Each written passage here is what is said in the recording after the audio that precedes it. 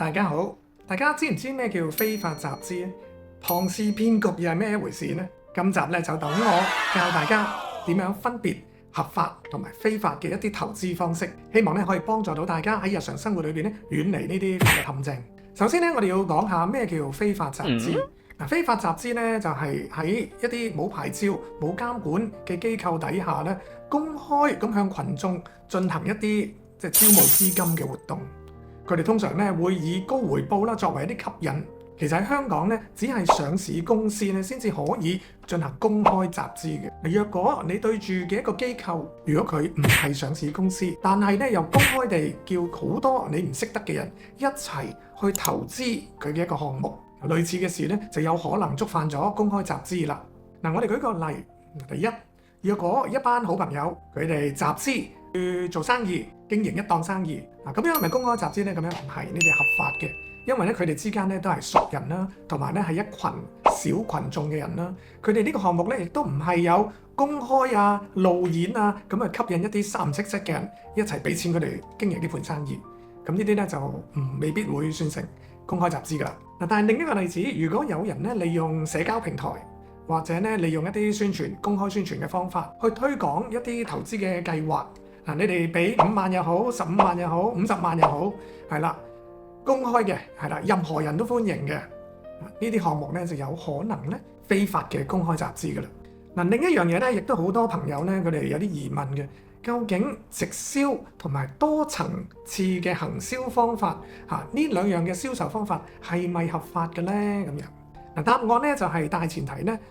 呢啲嘅銷售咧一定要有實體嘅產品。嗱，舉個例啦，有一間公司佢係銷售香薰油嘅，或者保健食品嘅。嗱，佢哋咧確實有啲實體嘅產品嘅，你俾錢你係可以攞到實體產品走嘅。嗱，無論佢哋用直銷嘅方法，抑或用多層次嘅銷售手法，係啦，咁呢啲嘅營運咧通常都係合法嘅。嗱，但係換另一個例子，如果同樣有間公司佢銷售緊咧嘅產品咧係你捉摸唔到嘅，係虛擬嘅，你俾咗錢，從來你俾幾多錢都冇實物攞得走嘅，同埋咧只係永遠都你嘅回報都係靠後人俾你俾入嚟嘅錢，你就攞得到錢嘅咧，攞得到回報嘅咧，嗱呢啲咧就有機會係龐氏騙局啦。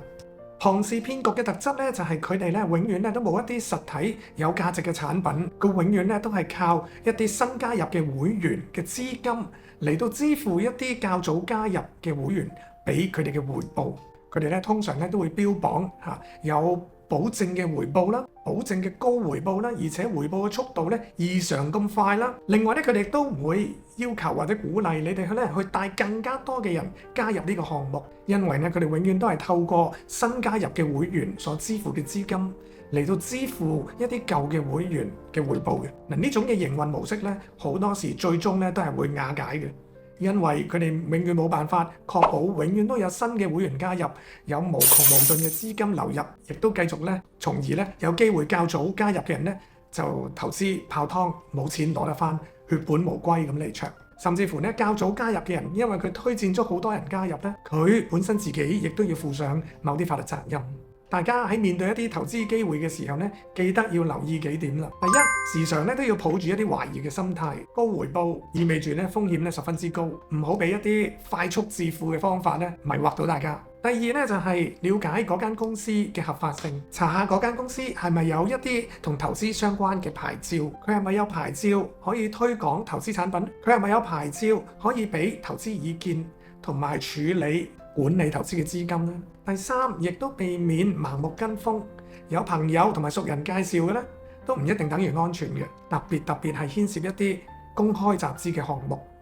你留意你有機會投資嘅項目，如果有好多你唔認識嘅人一齊咧，咁呢啲項目咧你就要特別小心啦。希望咧今日嘅分享咧可以幫到大家更加好保護自己嘅財產同埋權益。如果你想知更加多有關嘅法律知識咧，記得訂閱讚好我哋呢個 channel。我係趙律師，關注律師手記，為大家嘅訴訟案件護航。我哋下集翻嚟再見啦，拜拜。